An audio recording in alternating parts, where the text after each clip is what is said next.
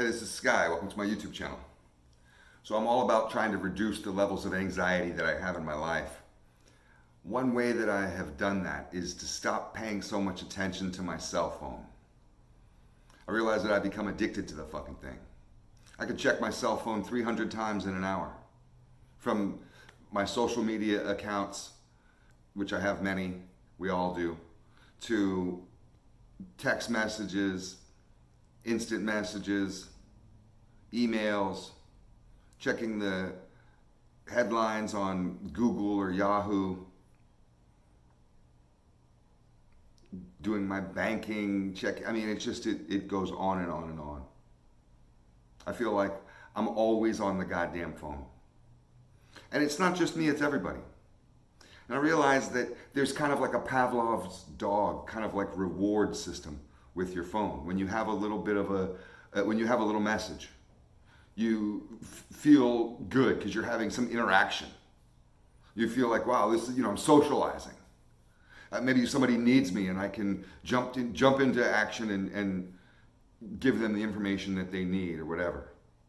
This is what you tell yourself, and you rush to check that message, and you can't just leave an unchecked message. When you go on Facebook and you see that little red icon up there at the top of the screen showing you have a message, I mean, you have to check it. You have to. Doesn't matter if you're driving your car, you're at dinner, you're in the middle of a conversation. It doesn't matter what's going on. You have to check it.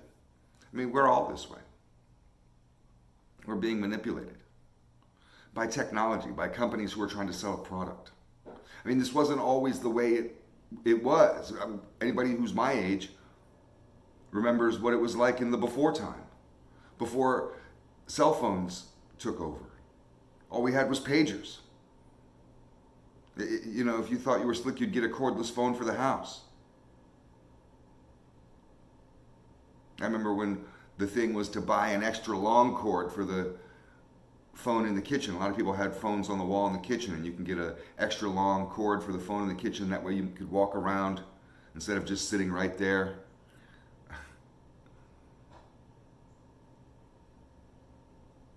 I mean, it's all started with computers. We all have to be in this information age. People get bored. That's the problem with technology, is it tricks you into boredom where you think that you always have to be doing something. So if you're in line and you have 2 minutes to wait in line, that can feel like an eternity now. 2 minutes in line used to feel like nothing.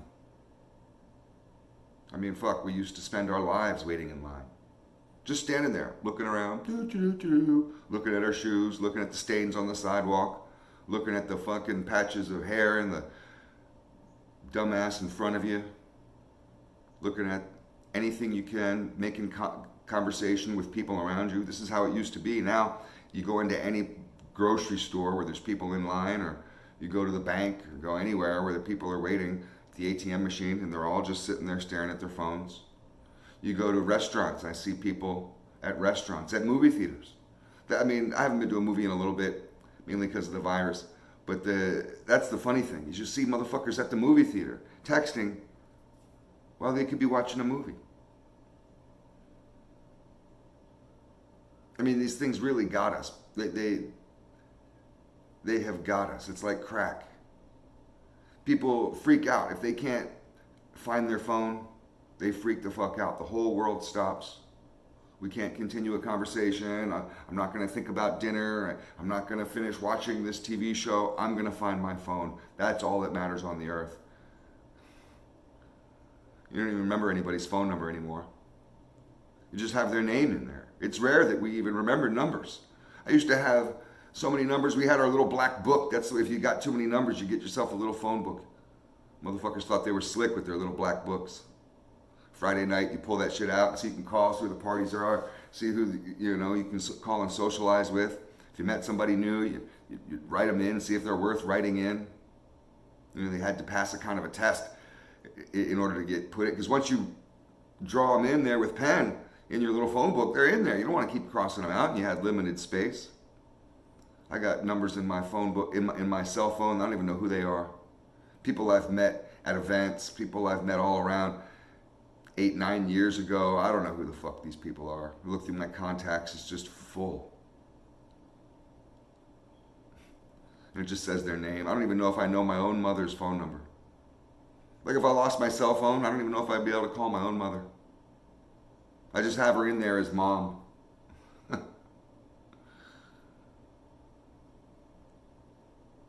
There's lots of studies that have proven that cell phones are a cause of anxiety, they're a cause of depression. We're looking to them for validation, constant validation. We will choose not to socialize in real life, in real time, face to face, and then socialize in this kind of pathetic, I don't even know how to describe it, this kind of pathetic way that we do on social media. It's not a real connection. We're not making real connections anymore with people. People's attention span has gone down. If you do get a chance to hang out with somebody that you are interested in, there's a good chance that they're going to spend half the time checking their cell phone while you're hanging out with them. And that's a rule that I usually have, is when I go to hang out with somebody that I care about, whether it be a girlfriend, a loved one, a family member, whoever, somebody that I care about. I may have my cell phone in my pocket, but I try not to check it. I try not to check the messages. I don't care if I'm getting 3 or 4 messages. I may say, excuse me, let me see what this is. My phone's blowing up. But I try not to be distracted in that way. Now, a lot of other people don't really follow these rules. I've been on dates and been hanging out with friends where everybody in the room will just be sitting there. We're all hanging out with each other and everybody's just sitting there texting somebody else, checking their social media like it matters. All this type of shit contributes to anxiety. If you don't get the message that you want, your heart rate can increase, your sense of self-worth can start to decrease. If somebody doesn't respond on time, you know they have the goddamn phone in their hand, the thing that they check 300 times a day. Why is it taking 3 hours for her to text me back? That kind of thing can drive a motherfucker crazy. Find yourself doing stupid shit, driving across town just to try to figure out what's happened to your chick. I've been waiting for you to call for 4 hours. What's going on? She could be napping. But now it's like this big deal. We used to leave messages on answering machines. Whenever that motherfucker would get it, he'd get back to you. Or she'd get back to you. I'd come home after work. That was my usual routine. Come home after work, check my answering machine. There'd be messages from my buddies wanting to hang out, from girlfriend, from family, from, collection agencies, whoever. They would all just leave, and you'd go through each one of them. Now it's instantaneous. I was dating this chick, this was years ago, but we got into not an argument, but a conversation about something that we didn't agree on. And I guess you can call that an argument, but I didn't feel like it was an argument. And I got on the bike. We're in the middle of texting back and forth, and I got on the bike. I'm only going a few miles, 3 or 4 miles, so it's not going to be a long ride. I get home, put the motorcycle in the garage, check my cell phone like I'm always doing. Anytime, checking it fucking 100 goddamn times an hour.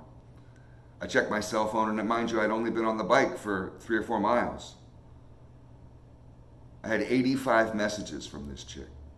She had a whole goddamn argument with herself. And it started off, oh, you're not going to text me back? Well, then fuck you. And it just went on and on and on and on. And then finally, by message number 65, she had looped back around and said, oh, I'm sorry, and let's just not fight. She's having a fight with herself. I was like, sweetheart, are you insane? I was on the bike. I didn't get any of those messages. And you've gone through a whirlwind. This is the world we live in right now. You want to be a little bit happier day to day, and we all do. You want to reduce your anxiety levels as much as you possibly can. This is one way that you can do it. Put down your phone. Don't check your phone when you're hanging out with other people. Don't look at it. Don't have it on the table. Keep that shit in your pocket or in your car, but not in front of your sight, not so you can grab it.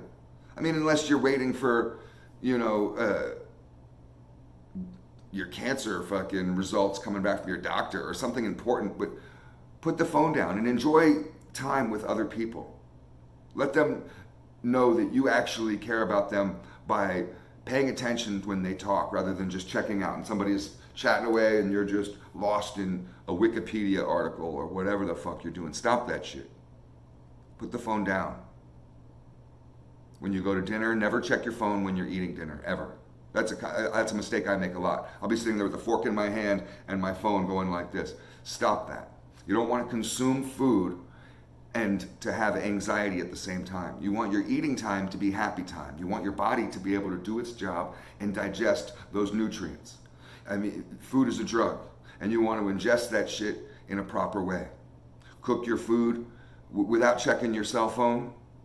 I've done that so many times, and I'm cooking something and ingredients, and I'm checking my phone. Stop all of that shit. Put it down.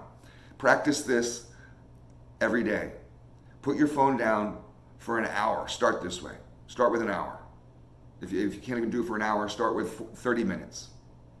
I suggest an hour. Go for an hour without checking your phone. I mean, some people are good at this because they have to. They're not allowed to even look at their phone when they're at work. You know, if you work at McDonald's, you better keep your phone in your fucking pocket. The manager sees you checking that shit, you're gonna be in trouble. There's people that are at work that text me all day long, and I'll be at work, and I'm sitting, you know, and I work on motorcycles, and I'll feel obligated to text them back, hey, what's up? And I realize, you know, in my head that motherfucker's at work. What's he texting me bullshit for at 11 o'clock in the morning? Get to work, dumbass. Put your phone in your car. Practice not fucking with your phone for an hour a day. Go off the grid. Don't answer it. Don't look at it. Don't even have it in your sight. When you can do that for an hour a day, move it up to 3 hours a day.